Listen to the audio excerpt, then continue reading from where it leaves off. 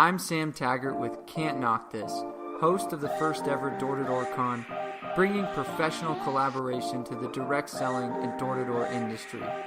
Go register your seat for our event, January 2018 at doortodoorcon.com. Welcome out. Thank you. A little bit about Ryan. He is currently the VP or President of Sales at Encor Solar, but has an awesome track record. You've been in door-to-door since 2004. Yeah, dude, I'm dinosaur, man. 14 seasons. That's insane. Yeah, it's crazy. So you were 2004, third year. You set an industry like breakthrough. We'll call that 3,600 alarm accounts in one summer, which was unheard of back then. I mean, that's insane. Yeah, I believe we were the first group to actually do that amongst any company. So, yeah, it was really cool. It was 25 guys in a market in Milwaukee, and we just right place, right time, right team, and we did really well. So we were fortunate, and that really became the catalyst. So this was 2006, man. Once again, this is dating me, and that was the catalyst to really build my organization. Because one of the interesting things about that year, and I had managed the year before, but ultimately nothing really came of it. I managed another team in 2006, but that team I recruited with the intention of having a lot of leadership on the team. And I had probably about nine or 10 guys that I thought, these guys are awesome. Like they could be great leaders. They just have to learn how to sell. Yeah. And so once they had that, we took that group and we really built it into a 220 rep region, which is insane. The next year, yeah, in 6 offices. And so once again, like we just had really good people, and they did what was required, and we had great results. So if you're listening or watching to this, in this podcast, we're going to go over how to do that, right? Yeah. We're going to go over what it takes to kind of grow mass organizations. I mean, you acted as the president and VP of Vision, transitioned to North Star. I mean, you've been in this industry, done some phenomenal things, so I'm excited to jam on. Yeah, no, it's fun, man. I'm glad to be here. Yeah.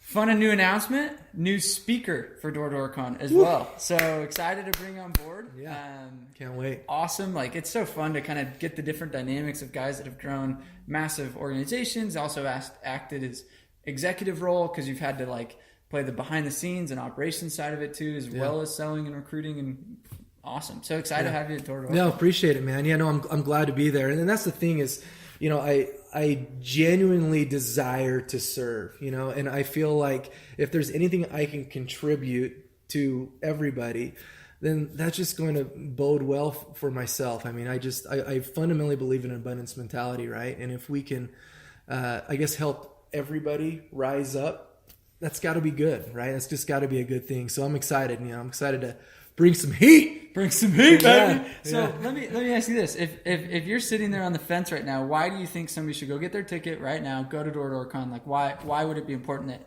everybody's there? Yeah, well, I think that no matter where you are in your progression, right? Whether you're a salesperson, whether you're a sales leader, whether you're a regional manager, I don't care if you feel like you're on top of the pyramid.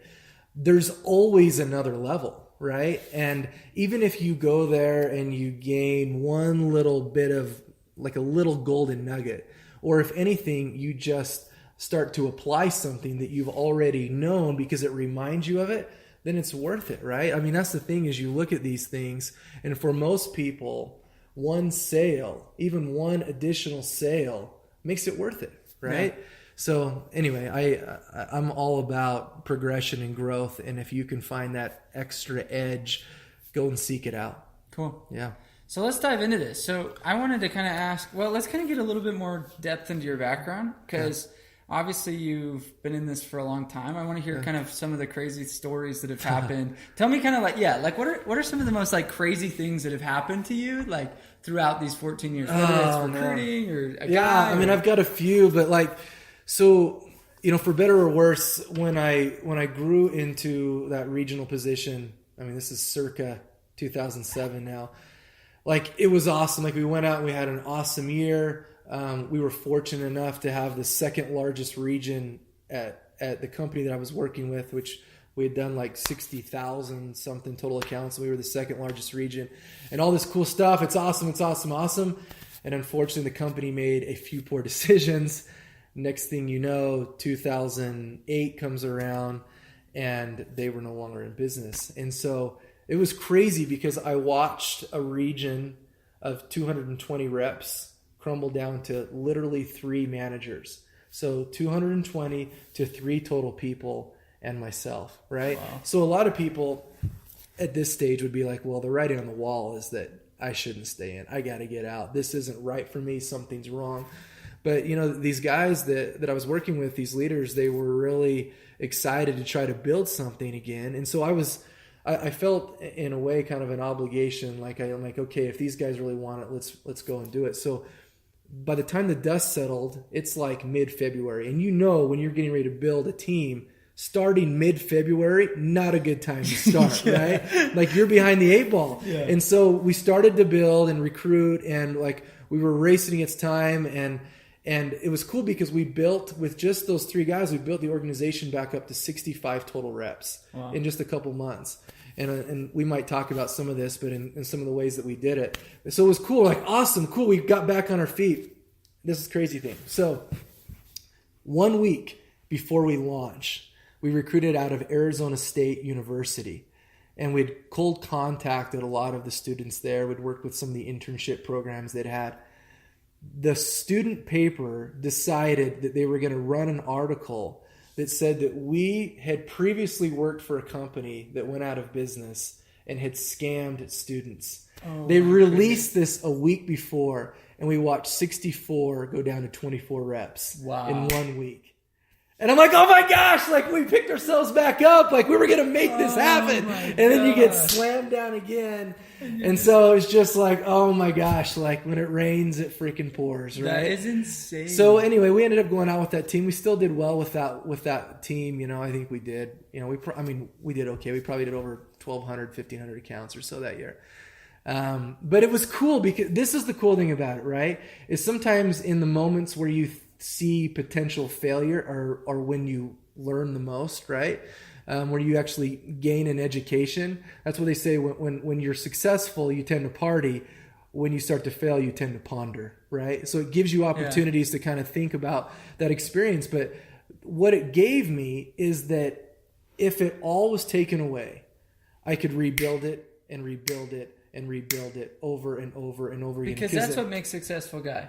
Because like some guys are the one-hit wonders. It's like they just landed a couple good recruits that ended up going and building their thing. Yeah. And then they lose those recruits and they're like, oh, I don't know what to do. Right. Yeah. And so, because this is the thing, is when we built this organization, both times we really didn't have many resources. It was a lot of us just getting out there and trying to assemble a good group of people, mostly which we cold contacted. Right.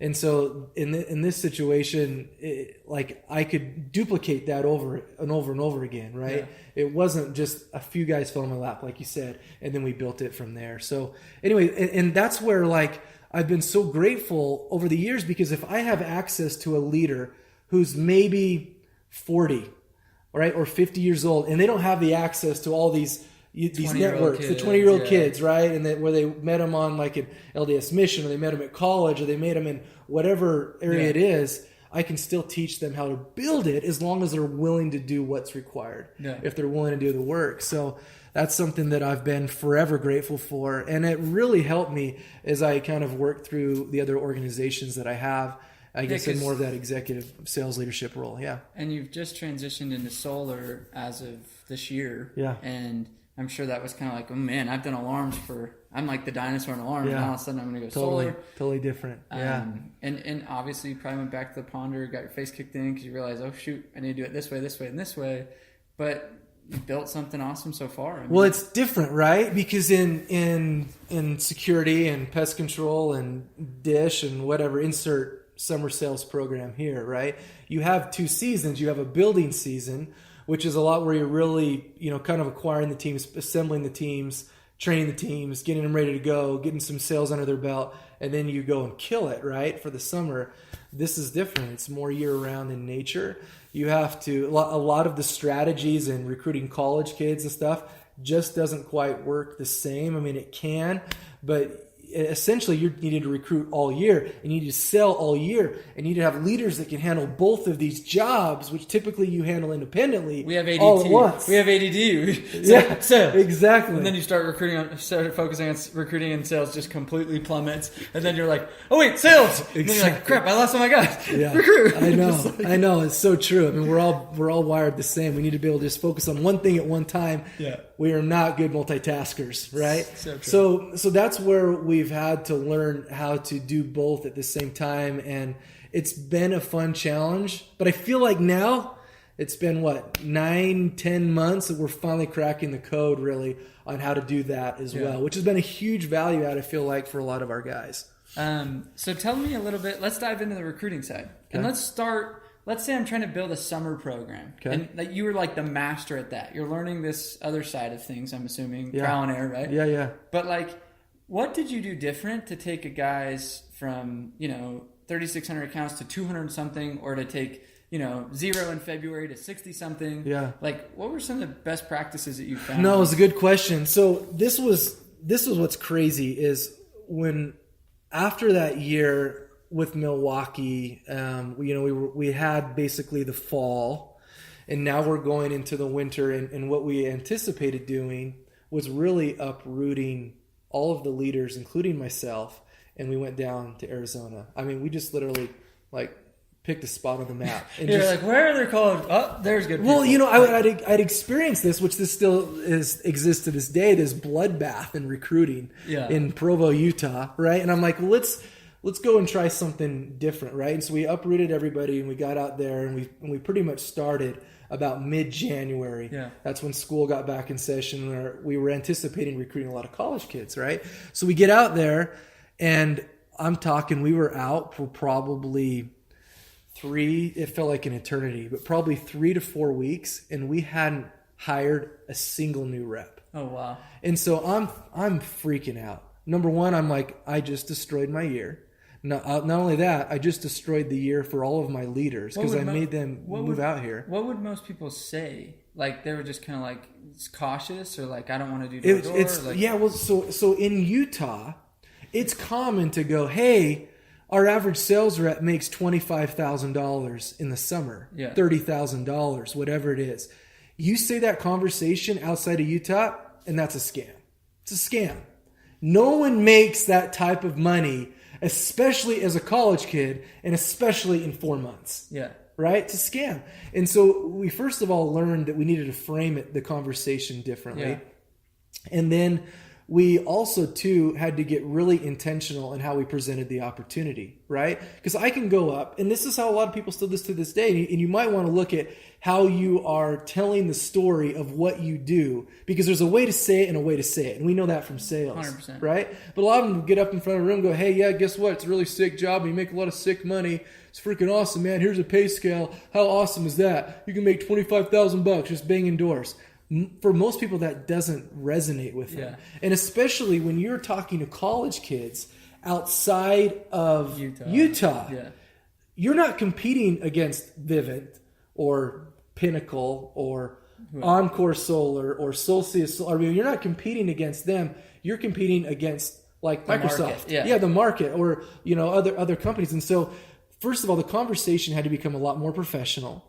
And not only that, when we're talking about things like compensation, you had to kind of break it down. So I would dummy it down. I mean, if you're making $30,000 in a summer, even working the hours we work, you're making a very high wage per hour, right? Yeah. But I couldn't go and say $50 to $60 an hour. I had to say, you make about $25, $30 an hour on average when we break it down over time. That's how I would have to explain the conversation on compensation. And they're like, okay, cool. So wait, I did construction for my dad last year. I made like $18 an hour. So wow, this is actually a lot better than that. Cool. So when you're talking to someone who's never heard about this before, you got to talk about it in their terms.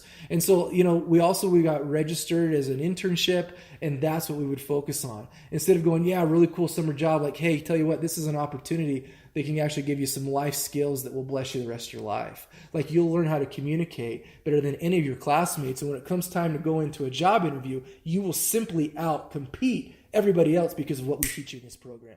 Yeah. Right? And so now they're learning that, okay, cool, this is going to help me develop me in my career. And so then when we'd bring them in to a recruiting meeting, it was just continuing that conversation and going in more depth and all of the things that this would do for you. The crazy thing about what we do is we forget about all the things that it actually does for us, right? Sure. Like for example, I used to think that people, there was two groups of people that should do direct sales and people that just shouldn't. They shouldn't even touch it. But lately, there are such few environments, such few forums that actually teach you what you're really made of. There are. Like, we don't have this like generation of farm kids that's coming up and they learn how to work hard on their grandpa's farm, right? So true. They think that hard was 2-a-days in football practice. They think that hard was the time that they studied all night for their exam. Yeah. No, man. You know what's hard is getting rejected over and over and over and over again, day in and day out, and wondering if you will ever get this, right? And so that's what I love about it, is it gives an opportunity to teach real willpower, right? And that's what life's about, right? Yeah. Whether you're going to be an entrepreneur, whether you're going to be in sales, whether you're going to climb the ranks of a company, all of it comes down to getting no, rejection. Yes. That's what it really comes down to. And if you learn that, you can apply it in anything that you decide to do. So it's little conversations like the one I'm having with you right here are things that we would tell to these people because it's just true. But we don't oftentimes think about what we're gaining. We're just thinking about, hey, cool, you learn a lot of great sales skills and you make good money for doing it. But there's so much more to it than that. Yeah. This can really help someone boost their career, either within the current company in direct sales, or they can go on and do something else. Yeah, I was actually meeting with the finance group. They're sponsoring Door Con, and it was interesting because he's like, yeah, some of our best people came from long histories of door-to-door. And I was like, well, why is that? And he goes, it doesn't matter what a door-to-door guy goes into. If he lasted 3 to 5 years in door-to-door, he will be successful. Like, it's just plain and simple. It's like he'll go do whatever it takes because he knows, oh, this is a lot easier than the grind. Yeah. It's like, but I know how to grind. Yeah. And so I'll grind until I win. Yeah, exactly. And that's like the paradigm. It's just the numbers game. Apply the numbers game again here in this environment, right? It's so true. Yeah, and that's what I think really helped us is once we were able to tell a different story. Because this is the thing, is most companies up until that point, and most sales managers, for better or worse, still sell this to this day. It's all about the money. The problem is when the reps realize what's required to get the money, they think that, hey, you know what? John, who recruited me, where's the money? I've been out here for 3 weeks, haven't sold a single thing. Where's the money? Tell me there'd be money. Why is there no money? So you will look like a liar, right? Like a charlatan. Like, because you told me there's going to be money and now there's not. And they quit because that's what they were recruited to. And even worse is when you have recruited a generation of all people recruited to money. What's that like to work with? All it takes is more and they leave you by the masses, right? Oh, yeah. So there has to be something more there for them than just the money. And that's where over the years, and we kind of learned trial by error, but I learned that it's all about the experience, right? Because you can always deliver on that. Yeah. It can always be a life. Yes. I know you're broke for a while. Yes. But you're having a good time. Yes, exactly. We're learning something good. Yes, exactly. Yeah. I mean, it's character building, right? Worst case scenario, it's very character building. My favorite thing is those reps that I had in my offices that would just somehow stay there. I mean, they're just there with you for all summer and made like nothing, and they're just like, but I love it, I don't want to go home, like this is so fun. Yeah, you can't even fire them. Yeah, you're like, you're not making money, dude. I'm letting you go, and they're like, no, please don't let me go. I like, dude, like, there's a point where totally, but it's like, at least I'm delivering an experience. No, you are for sure. And it's crazy, we've all had those types of guys, and they're so good and they're so positive, and they just zero day in and day out, but they love it, and you wonder how they're even surviving at some point, right? You're like but it's cool because we've all learned that you can have so much money and be completely miserable. And if you can find a way to be happy, through focusing on other things, then I feel like you've arrived. You hope that money eventually is a byproduct of that. Yeah. But But I would hope sometimes it takes time. Yeah. And it's like it's like you need to buy yourself maybe 2 months for them to actually have it take off. Yeah. And that's what it takes. Yeah. And that was the situation for me. Like, I was 100% anticipating getting into this and going, you know what, I'm going to make 85 grand my first summer. That's what I had convinced myself in my mind. And it took me 5 weeks. It was 5 weeks of learning curve for me. And I wasn't one of those guys that was like sitting on the curb, like trying to decide if I really want to do this or not. I mean, I'm an Idaho farm boy at heart. So I'm going out there and just grinding and no.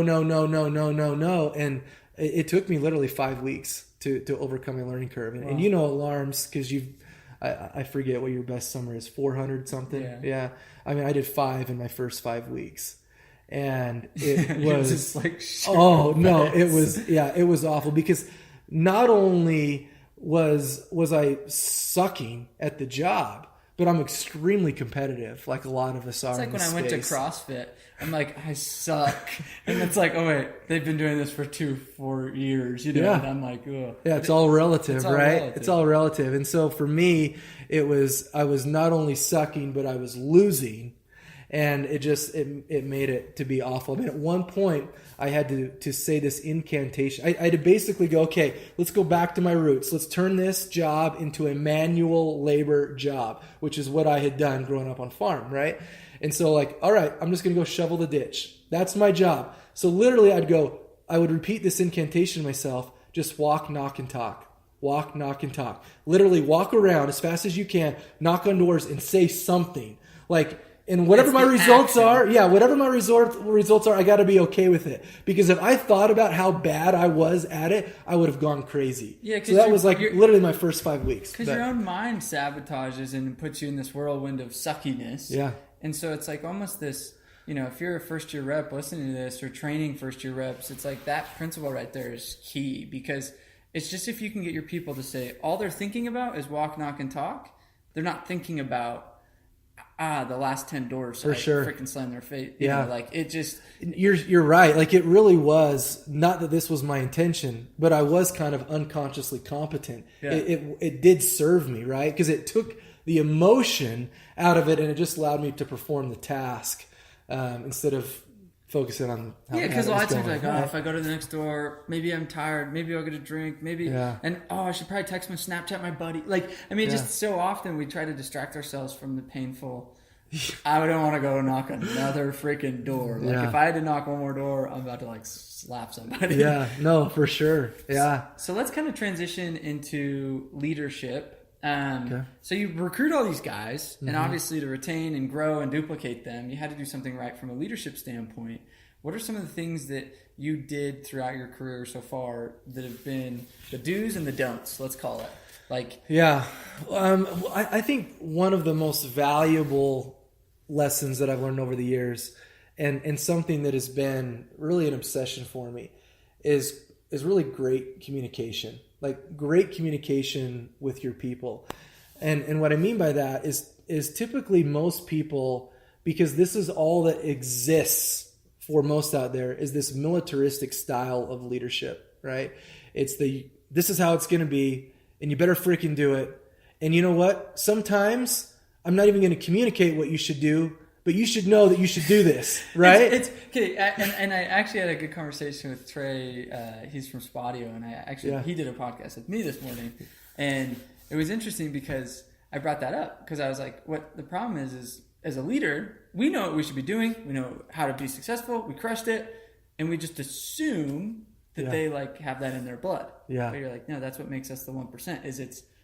They don't naturally think to go out on the doors on time. Yeah. And you're like, why don't they think that? Yeah. Yeah, you should know that. And that's where people break down the problem is they think that they should be like them. Yep. Right? Yep. And that's just not true. There's a reason why you're in the position that you're in and they're in the position that they're in at this current stage, 100%. Right? And so this is a bigger principle, but that's where I operate, and I've learned this over the years from some great mentors, but you operate based upon agreements, right? Where most people operate based upon expectations, the worst of which they don't even communicate. Yeah. Right? In your mind, you think that they should act like this, but you never say anything. That's my problem with my wife. So I'm like, Katie, why don't you do this? You never said that. But you just should. Like, the house, the kitchen. Like, come on. Like, you're a woman. You should clean the kitchen. Yeah, she's not going to see this. Yeah, so no, but that's the thing is it's like, it's such a common fall that we all have that it's like we just assume. Yeah, I know. We know what happens when you assume. It makes it's out of you and me, right? No, but and so this is a lesson that I've tried to always bleed into my personal organizations and the sales organizations I've worked with, which is we operate based upon agreements. Yeah. An agreement, the biggest difference is that we're going to have some dialogue. Like, just so you know, like Sam, like this is how you can become a perfect rep, right? And I'm going to clearly communicate that to you in my mind. And I'm going to go, so is that a game like you're willing to play? Are you willing to play this game like this, right? Because if not, I want to know what we can agree upon. Like, and that means that, hey, tell you what, if I'm going to bring on a sales rep and I'm going to manage them, there are some agreements that we have to have, right? And if this person isn't okay with it, I'm probably going to be okay on passing on them if they can't live this certain agreement. Well, what's wild is we get so desperate as recruiters is we oftentimes, oh, okay, whatever. Like, just come anyway. I know. If you have a pulse, come. You get to come on the team. Yeah. And we don't think of it as like, you're committing to invest your time, your energy into somebody. Yeah. And if they're not willing to fulfill the end of their agreement, it's like, why waste your time and your money and your energy and your resources? Well, not only that, but you with lack of a better word, you bastardize the experience for everybody on the team, right? Because everyone's operating on a different wavelength. Yeah. And it's just tough to have that synergy. That go. We've all been part of those teams which just were awesome, running on all cylinders, but it's because we were all on the same page. Essentially, we were all on the same agreement, right? And so that's where I want to be really clear. And this conversation goes well past just recruiting and managing sales teams. This goes with everything. Anytime that I'm going to engage with someone, I want to make sure that we have crystal clear agreements. A lot of times we even communicate it verbally, and then we forget that we should probably have something documented. Right? I had a rep call me last night, and he's like, hey, I'm going to get paid out like this and this.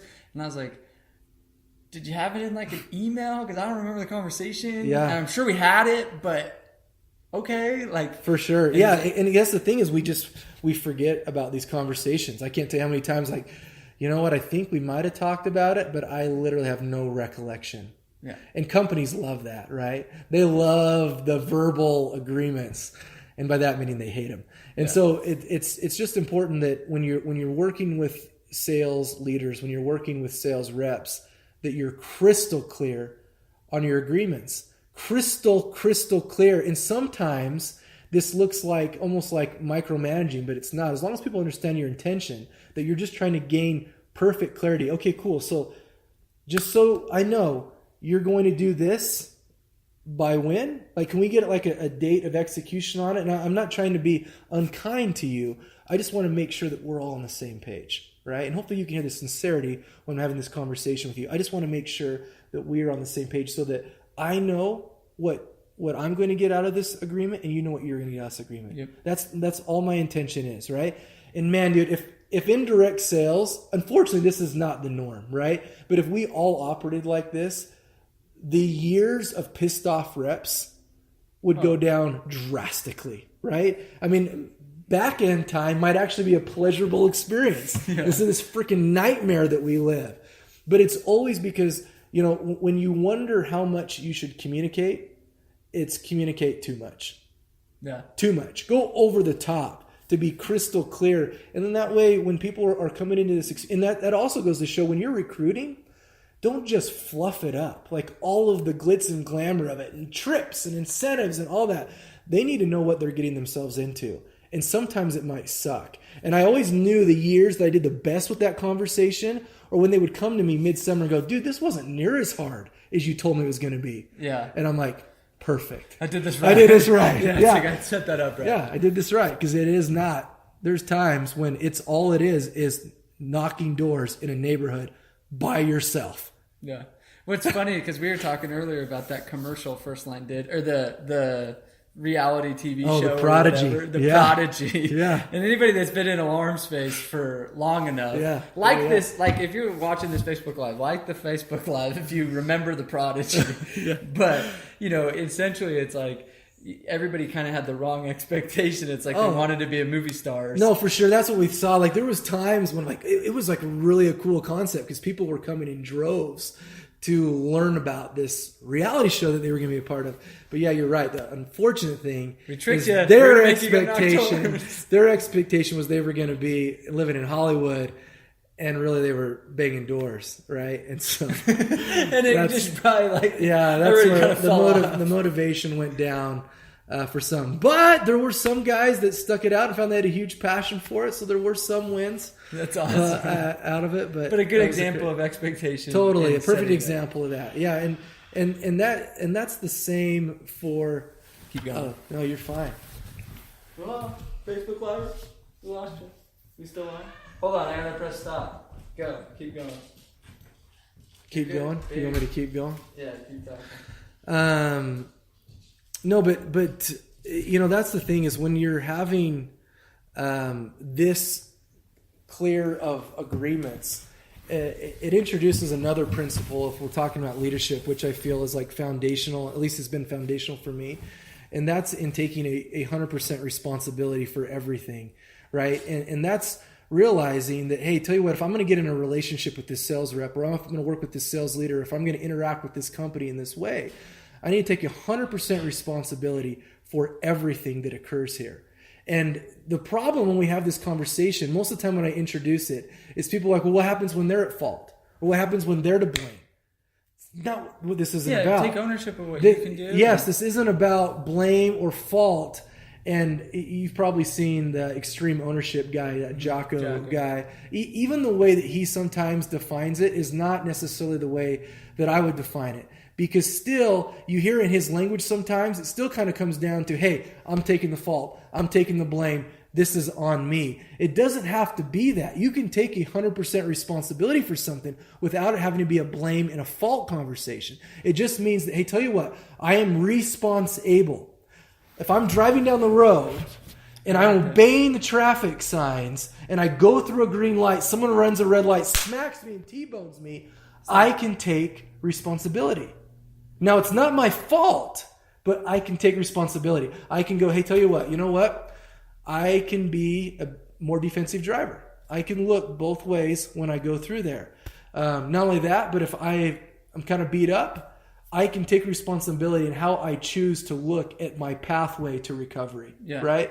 Sometimes maybe it's not useful to look in the back. You know what? I should have been more attentive when I was driving. Maybe going back and looking at the history is not the most useful way to take responsibility in this matter. But it means that I can still take 100% responsibility in this matter. And the best thing about this principle is for all of us macho, I should say a lot of people that have this like macho direct sales image, it allows you to retain your power. Because as soon as you say it's that person, it's that situation, it's them, it's not me, you relinquish all power, and now you're a victim to this circumstance, this person, this situation. 100%. Right? And how often do leaders do that? They'll blame their reps. Oh, I didn't perform because my rep wasn't good. Or, oh, these guys all were pathetic. Yeah, or, he doesn't know how to work hard. He doesn't know how to work hard. Yeah, or do you not know how to motivate him correctly? Exactly. Yeah. So let's kind of jam on that for a minute. Like leading into, as a leader, how do you take ownership of how you motivate and get your guys to go produce at high levels? Well, I think, the problem is most people, I shouldn't say most, I always put in absolutes, it's not my intention. A lot of leaders will lead and will motivate the way that they want to be motivated or led, right? And the problem with that is not everybody is wired like you. So, I think it's just a matter of if you really care about these people, if you're going to bring them into this crazy experience of selling X product, then you got to be all in and doing whatever it takes to help the individual in being successful, right? Some people are going to be motivated by you coming in and rocking that sales meeting every day. That means that, I remember in the 06 Milwaukee year, like we were really doing some cool stuff, but I was riding these guys into the ground. Like we were doing muscle weeks every other week at one point, 9 till 9, like every other week, because we were like obsessed with trying to be the best at it. And I'm going into August, and the way I described it is it's like walking into a locker room at halftime and you're down by 50, and trying to motivate them that we can still somewhat win the game, right? Yeah. That's what walking into our correlation room every day was like, or walking into our sales meeting. And so I knew that this was on me. I had to bring my A game. I had to bring everything I could to light these guys up. And that was going to be some through incentives that were maybe broad for everybody. Some incentives where I'd pull a couple people aside, and I knew that there was something unique that they needed. And I was willing to have that unique conversation with those guys just to raise the water level for just them, right? Others, it was, they got motivated by simple things like team cheers or good music or whatever. Others, it was consistently bringing sound principles and advice into that meeting. I mean, we've all been in those sales meetings, especially in summer sales. You're getting into August. All right, guys, let's put your goals up on the board. Let's get out early. Yeah. Right? Let's and do you're like, you know the drill. Yeah, exactly. But not everybody is wired to just go out and perform like that. You got to prime them. Some of them need that priming. And so my focus would go, instead of going, all right, John, you sold 4 yesterday. Let's see your door approach. I'm like, dude, if I see John's door approach again, I'm going to kill myself. Right. Yeah. And so it was, I would start to geek out on sales and leadership and motivational books and bringing in principles that I would like obsess about and learn about. And I was constantly reading and constantly studying so I could come in and I could feed them. And, after I kind of graduated from managing my own sales offices for a couple years, I would go and take some of our best leaders and our best guys, and I would manage extension programs for a couple months, just to let's go hit it out of the park. And it was especially in these moments that I knew these guys have been burnt out on every single conversation, every single motivational strategy, every single thing they've heard it, and now I'm getting them when they're exhausted. Yeah. So I knew that I needed to bring a fresh approach to it. And so a lot of times, one of my favorite books of all time is Tom Hopkins' book on, I think it's called like Mastering the Art of Sales or something like that. But I would take principles that were sales principles, and then I would apply them in what we were selling and what we were doing. And I'd go, hey, go give this a try. Go try this on today. Yeah, exactly. And it was cool because it kept the job fresh. And guys could try something new, and it wasn't the same thing over and over again. And the crazy thing is we stumbled on some new strategies that were pretty out of the box, but worked. And so, I think that when you're talking about a thing like motivation, it's not just getting up there and doing some chant and watching some YouTube clip, right? But it's having real substance to there that actually compels you to want to go and do the action, right? Yeah. No, that's powerful. So to kind of wrap things up, what other things would you want to talk about that you're like, man, I've been itching to tell the entire door-to-door space this nugget that you're like, they all need to know this. Is there something that comes to mind? And it's okay if there's not, but something else that you kind of, a topic or a principle that is close to heart that you'd want to jam on? I mean, I have always found, and this might not be like completely out of the box thinking, but I've always felt like the leaders that have there's a lot of ways to describe it. It's your powerful why. It's your definite purpose. Some people will call it your holy cause. I've always felt like this is a conversation that a lot of sales leaders and organizations try to have because it sounds like a good thing to do. We've heard it. Right? Yeah. We've all heard it. But I feel like when it's done correctly, it's really what will make or break you, right? Because when you have just heard your 973rd no, right? What is going to be the reason why you keep pushing? Because this is the thing. The problem is most people, especially when they're like family people, they always want to go, you know what, for me, you see this picture on the front of my clipboard right here in my iPad? That's my family. It's my wife and my kids. It's them that I work for. And then it's 7 o'clock prime time and they're hanging out on the park bench. Right? Like, that's like a disrespect. Well, and see, this is maybe for you, but this is not how I look at it. I'm not saying you don't love your family. I'm not saying your family doesn't motivate you in certain ways, but they for sure aren't motivating you in this realm. Yep. So let's just find out what it is. It doesn't make you a bad father. It doesn't make you a bad husband. It just means that in this current situation, it doesn't motivate you. I'll be honest, for me, there was 2 things that motivated me over the years. Number 1 is I love to have my name in lights. Just the sheer competition and wanting to be the best would make me crazy, insane, give me anxiety like no end. Every single day I wanted to throw up because I put this pressure to perform so I could be the best. Now, you can psychoanalyze that all day. There might be some insecurity secretly deep down in me from my childhood. But I knew that that's what would get me the level to perform. And so I would focus on that. And I just want people to know that that's okay. Whatever moves the needle for you, that's okay. But what were you going to say? No, but it's interesting because I've interviewed so many different top reps and top leaders and stuff like that. And every single one of them, that's their number 1. It's like, I'm so competitive. I just hate not being at the top of the list. Like whatever I did in life, I needed to be up there.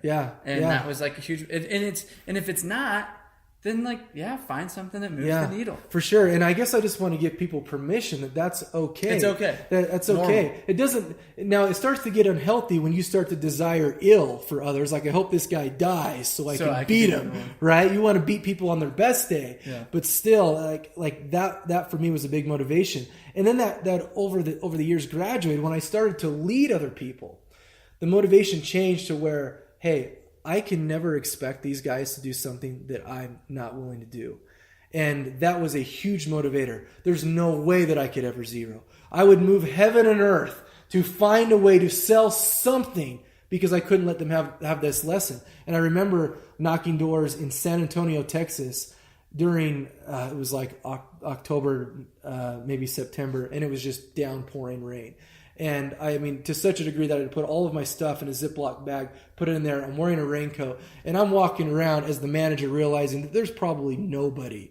It's downpouring, knocking in this. But I go, you know what? They will never learn the lesson unless I find a way to sell. And sure enough, it was one of those nights, like you knock a door at 9 o'clock, like your last one, and they say yes. Right? But you forever present an opportunity and a principle to your people that there's always a way and you can always perform. And that became my motivation. And so it doesn't matter, for a lot of people, it's things like they're going to, earn a certain number of a certain amount of money to buy a car or a home or to invest or to get financial freedom. And there's a lot of right answers, but it's the right one when it gets you to move when you don't want to move. When you're knocking in the rain when everyone else is not knocking. Exactly. And it's the wrong one when it's really easy to bow out.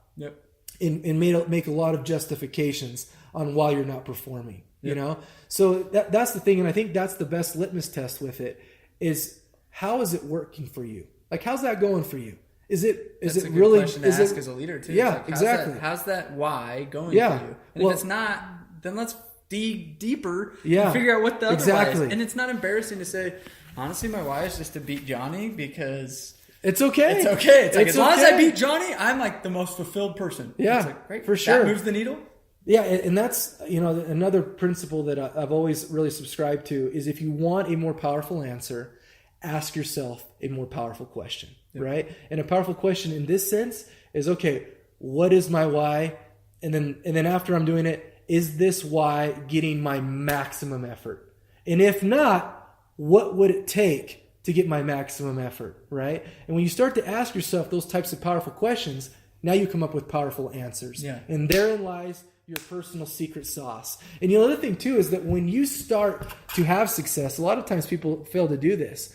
when you start to have those 4, those 5, those 6 days, whether it's in solar, maybe it's those 2, 3, maybe 4 days, whether it's in pest control and it's like 10 days or whatever the product is, people oftentimes fail to go back and go, okay, what did I do today that moved the needle the way that it did? Like, how did I have this 5-day? Yeah. How did I have this 3-day? Take some time to right? reflect. Exactly. And you write down those things because now that's an additional value add. That's your recipe, at least for that day. That was your recipe of what you did differently to get the result. And that's the thing is you do this time and time again, you can end a summer.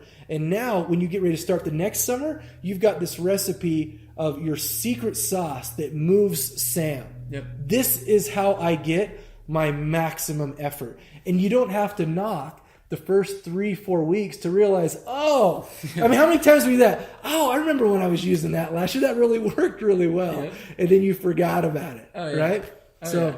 No, that's awesome. And so we got to kind of wrap up due to time. Yeah. But one, I've learned a ton. I'm always like sitting here like, dang, why aren't I taking notes? And so if you're listening or watching this and you're not taking notes, it's like, I don't know what you're doing. Well, so just to give you a little stat on that, I heard that if you don't write down, just simply if you don't write down what you hear and you're just focusing on learning, verbally and auditorily, you can retain as little as 0% after 3 days. Wow. So basically it was a complete waste of your time, right?